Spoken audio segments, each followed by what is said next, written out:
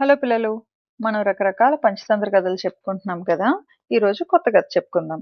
పూర్వమట ఒక పెద్ద అడవిలో ఒక తెలివైన కాకి ఉండేది. ఆ కాకి పేరు లఘుపతనక. ఒకరోజు వేటగాడు ఒక అందమైన జింకను వెంబడిస్తుంటే ఆ జింక ఈ కాకి ఉన్న అడవిలోకి పరిగెత్తుకుంటూ వచ్చింది. ఆ జింక పేరు చిత్రాంగుడు. దాన్ని చూసిన కాకి వెంటనే అంది, ఓ జింక, ఎక్కడికి రా, ఈ పొదల్లో దాక్కు అని సలహా ఇచ్చింది. జింక త్వరగా పరిగెత్తుకుంటూ వచ్చి పొదల్లో దాక్కుంది. వేటగాడు ఎంత వెతికినా జింక కనిపించలేదు. చివరికి నిరాశగా వెళ్ళిపోయాడు. హమ్మయ్య అని జింక బయటకొచ్చి, నువ్వు నా ప్రాణం కాపాడేవు, నీ స్నేహితుడిగా ఉండాలనుకుంటున్నాను, నా పేరు చిత్రాంగుడు అని కాకికి చెప్పింది. అలా కాకి జింక మంచి స్నేహితులయ్యారు. కొన్ని రోజుల తర్వాత కాకి తన స్నేహితుడైన హిరణ్యకుడు అనే ఒక చిన్న ఎలుకను జింకకు పరిచయం చేసిందనమాట. మొదట ఎలుక జింకను చూసి చాలా భయపడింది. మరి జింక పెద్దగా ఉంటుంది కదా. కానీ జింక మృదువుగా మాట్లాడగానే ఎలుక నవ్వుతూ, మన హృదయం మంచిదైతే మనం వేరే వేరే జాతులైన మంచి స్నేహితులం అవ్వగలం అని చెప్పింది. అలా ముగ్గురు స్నేహితులయ్యారు. కొద్ది రోజుల తర్వాత చెరువు దగ్గర ఒక తాబేలు వెళ్ళని చూసిందంట. ఆ తాబేలు పేరు మందరకుడు. వాళ్ళని చూసి, మీరు ముగ్గురు ఎంతో సంతోషంగా ఉన్నారు, నేను కూడా మీ స్నేహితుడిని అవ్వచ్చా అని అడిగింది. మిగతా ముగ్గురు నవ్వుతూ, ఎందుకు కాదు, రా మందార్క, మాతో కలిసిపో అని చెప్పారనమాట. అలా నలుగురు కలిసి సంతోషంగా జీవిస్తున్నారు. అడవిలో తిరుగుతూ, చెరువు దగ్గర ఆడుకుంటూ, మాట్లాడుకుంటూ ఎప్పుడూ సంతోషంగా ఉండేవారు. అయితే ఒకరోజు ఏమైంది, ఒకరోజు జింక తిరుగుతూ వేటగాడి వల్ల చిక్కుకుపోయింది.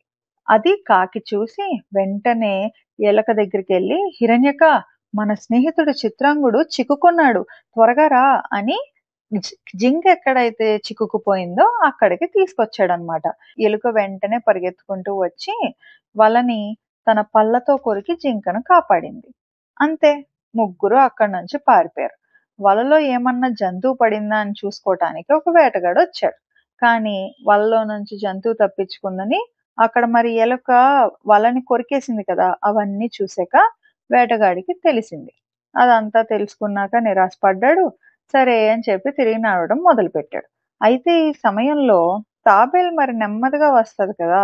అలా నెమ్మదిగా చిక్కుకున్న ప్రదేశానికి చేరడానికి చాలా ఆలస్యం అయిందనమాట. అలా వస్తుండగానే ఈ వేటగాడికి తాబేలు కనిపించేసింది. ఆ తాబేలుని చూసి దాన్ని ఆయన దగ్గర ఉన్న ఒక సంచిలోకి వేసుకున్నాడు. అలా వేసుకొని చెరువు దగ్గర నీళ్లు తాగడానికని వెళ్తున్నాడు అనమాట. ఆ తాబేలుని సంచిలో వేసుకోవడం మిగతా ముగ్గురు స్నేహితులు చూసి అయ్యో అని ఆందోళన పడ్డారు. కానీ కాకేమంది, మనం కలిసి ఒక తెలివైన పథకం వేయాలి, అప్పుడు మనం మందరకుడిని కాపాడుకోగలము అని అన్నదన్నమాట. జింకని, నువ్వు నేల మీద చనిపోయినట్టు పడుండు మిత్రమా, నేను సంకేతం ఇవ్వగానే పరుగు తీయి అని సలహా ఇచ్చింది. జింక వెంటనే అంగీకరించి కాకి చెప్పినట్లే నేల మీద చదిమేటట్టు పడిపోయింది.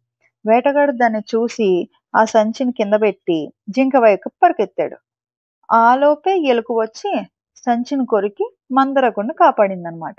కాకి పైనుంచి ఎప్పుడైతే వేటగాడు జింకకు దగ్గరగా వస్తాడో కావు కావు అంటూ గట్టిగా సంకేతం ఇచ్చింది. ఆ కాకి అరుపు విన్న జింక ఒక్కసారిగా లేచి పరిగెత్తేసింది. వేటగాడు ఆశ్చర్యపోయి ఏం చేయాలో తెలియక అలానే ఉండిపోయాడు. అక్కడికి వస్తే జింక పోయింది. వెనక్కి వెళ్ళి చూసుకుంటే తాబేలు కూడా లేదు సంచిలో.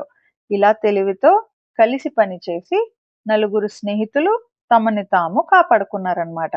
ఆ తర్వాత వాళ్ళ చెరువు దగ్గర కూర్చొని నవ్వుకుంటూ అనుకున్నారు, మంచి స్నేహితులుంటే కష్టాలు ఎంత పెద్దవైనా మనం గెలవగలము అని అనుకున్నారు. దీన్ని బట్టి మనకి ఏమర్థమైంది, నిజమైన స్నేహితులు కలిసి ఉంటే ఏ కష్టాన్నైనా గెలవచ్చు.